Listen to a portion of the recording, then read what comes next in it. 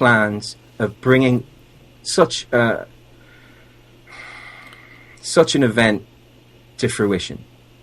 A man with sufficient malevolence to do something like that is someone who would probably take out his nearest and dearest if he thought they were a threat to him, let alone someone who he just treated as a casual friend or acquaintance. But it turned out that they had history together in the private mercenary business, and he owed him one, so he didn't get assassinated, and he kept his mouth shut. In fact, the only one he told was this woman. And it ended up that he went back to, or they parted at the airport when she was recovered, and she went back to see what was awaiting her at home. And she was told as soon as she got there by her husband, who didn't even question her on what had happened. It was like he knew already, and he said, "The marriage is over, I want a divorce, you've been adulterous." And there was a very messy divorce, and she eventually settled and went back to live where her family originated, in Northern Europe. So she tells me all of this, Vinny. And I don't know when you started researching 9/11, but 3 days after 9/11, and for the next 2 to 3 years, it was very difficult to find any hard evidence. There were lots of theories. But to find all the pieces of the jigsaw and put them together, to cross-reference all this information that I was given, because that's the pledge that I made to this woman. She said, "Please keep my name out of this," because she was moving to the other side of the world with her family in hiding, because she'd been threatened when she left her husband. She'd been threatened that she had to keep her mouth shut about everything, and they were very worried that she was going to open her mouth after she left. And she knew that she was being bugged and she was being followed everywhere she went, and she was secretly arranging to go to the other side of the world into hiding. And I haven't heard from her since it happened. But before she went, on the day she went to the airport, she rang me, and we had a conversation. And I promised her that I would cross-reference all the information she'd given me, and that I wouldn't let it out into the public domain until I'd managed to cross-reference all of the facts that could be fact-checked. And everything that she told me, Vinny, everything is checked out. There isn't any aspect of it that hasn't. There's been so much research done by other researchers that proves the things that she told me were true. And the evidence that there was an attempt to take her out in the US Embassy bombing, well, it's unequivocal. She was virtually the only one who wasn't acknowledged in the media. And there were preordained reports ready to go out just after the embassy was bombed. What did this do to you emotionally? Did you... I mean, because when I discovered 9/11 and the things, I think it was Mike Rupert from thewilderness.com. Have you ever heard of him? Yeah, former narco, actually, and I saw a documentary of his called The Truth and Lies of 9/11, very low budget, just a presentation in a hall that he did. And my reaction wasn't fear or, oh my God, this is so terrible and what have you. My reaction was hysterical laughter, because all of these connections and all of these people involved in everything like that was so out in the open that it was practically a joke. Yeah. It's a very good question, because I was as horrified by what she told me as I'd ever been in my life. And mainly because I knew that I could not continue to live the way I'd been living anymore. Because I'd already, 2 or 3 years before that, I'd started researching the Bilderberg, so I knew a little bit about what she was talking about. And this was kind of a sign to me that I needed to move in a different direction. Because I had a career in the international film business, and while I left because of the inherent corruption within it, and the fact that it is one of the dirtiest industries imaginable. The people who do well are the ones who will shaft anybody on their way up. And I didn't want to work in that kind of environment. I felt that my creativity was being affected adversely. And as soon as the technology arrived to make my own films, I left it all behind. And I had in the back of my mind that what I would do was write a book imagining a world without money. And that's what I started writing. It was called A World Without Money. And it was to imagine a world where something like 9/11 couldn't happen, where you didn't have the money to pay the mercenaries to organize such a malevolent thing, where there wasn't the money available so the House of Rothschild could continue to control everything covertly and unaccountably, or anybody like that, where it just wasn't possible. And that's what led to, I can only say that I didn't do it consciously, but I did self-destruct. I shed from my life everything and everyone, including wives, who didn't accept me for exactly who I was. And it ended up that the only people left, apart from me, were the ones who really cared. And that was a handful of very good people who helped me through a very dark time. But when I was on my way out of that very dark time, I knew, because there was a fireball of rage every single day when I got up in my belly, that I had to do something about it.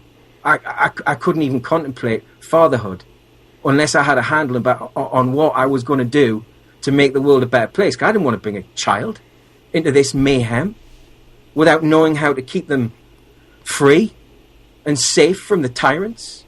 And this is what, well, I was lucky enough to meet the mother of my children during this period. Would you believe? In all of the darkness, I'm stumbling. Honestly, I didn't even remember who I was, and yet she recognized me. And when we were pregnant with our daughter, we had a long conversation about registration.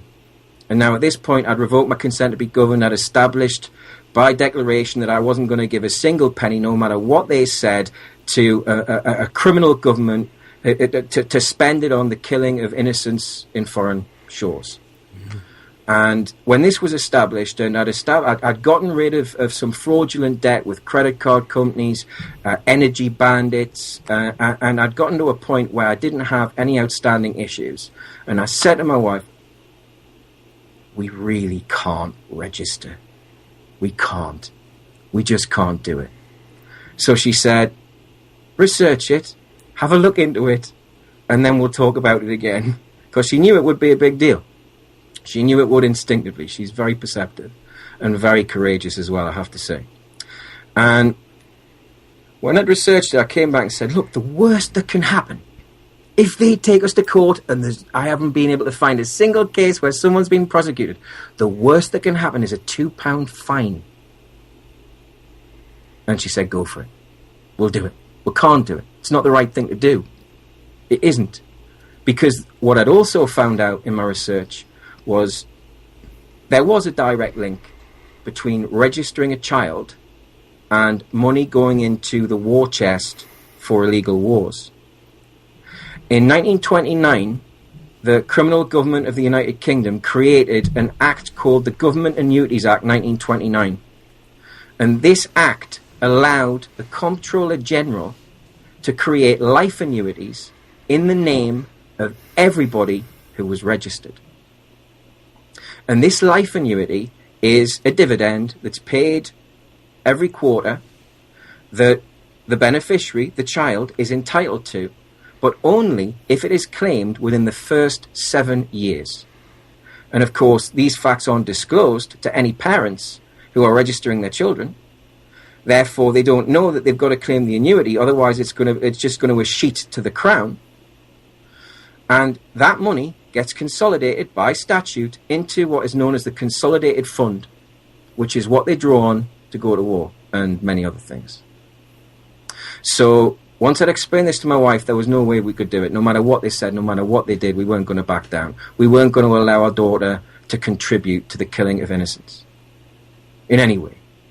And especially we weren't going to create a tacit contract with the state for her to become a taxpayer, for them to interfere in her life, for them to send endless letters trying to emotionally blackmail us into getting her vaccinated, to put poison into her veins. You know, as everyone who registers, they get these letters telling them that they're doing the wrong thing by not vaccinating. They get told, you know, that their child could have serious problems if they don't. So we took on the Crown and the registrar over the registration, and they said, well, if you don't register, then she's not going to be able to go to school. Well, we're unschooling her, so that's no problem. And that's going phenomenally well, I have to say. She's almost 4 and she's thriving. Let's just say she's thriving.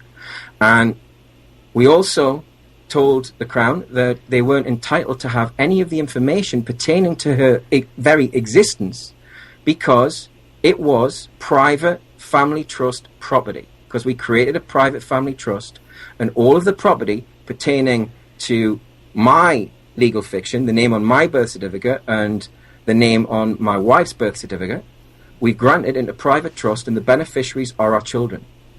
And that's everything. That's that. We have no form of income, or rather, my wife does have a form of income. She has one foot in the system. She's a teacher, but she's a very, very good teacher. She's helping children to think for themselves. But she will give that up at a certain point in time when we are financially more able. I think that she'll wind up getting herself fired at that point, you know. That's it. Hey, look, you teach the children to think. I don't like it. I don't like it at all. You're going to have to go home now.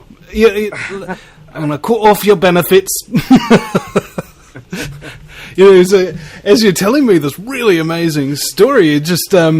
something occurred to me. I'm a talk radio show host. I do it 5 days a week. It's amazing what the knock-on effects can be from a single important conversation in your life. That's right. That's right. And I think that's probably the reason why I wanted to express it to you, because I envisaged that we would be talking about every aspect of what's happened to me over the past few years. And it is a story that has never been told publicly, and it's only been told privately to a handful of my most trusted. Well, I feel very privileged at that point then. Well, you know, I think this is a very good medium for it, Vinny. And, you know, it's there is no one doing what you're doing in the way that you're doing it. And, you know, the level of, or rather the quality of the guests that you have on your show, the information that you're putting out, and the fact that you want to have a laugh with it all, I had no hesitation in accepting your very kind invitation. Oh, well, I guess I don't know. I guess I'm pretty arrogant and sort of the thing is just like, yep, pretty much. You know. So you already know that. Yeah. It's kind of like what was it? The Matrix. What does the Oracle have above the doorway to the kitchen? Know thyself. Yeah. And these kind of things. In fact, do you recall? I watch a lot of movies. There was a film with Nicolas Cage in it called "Bringing Out the Dead." I do. Yes, I didn't see it, but I do recall it.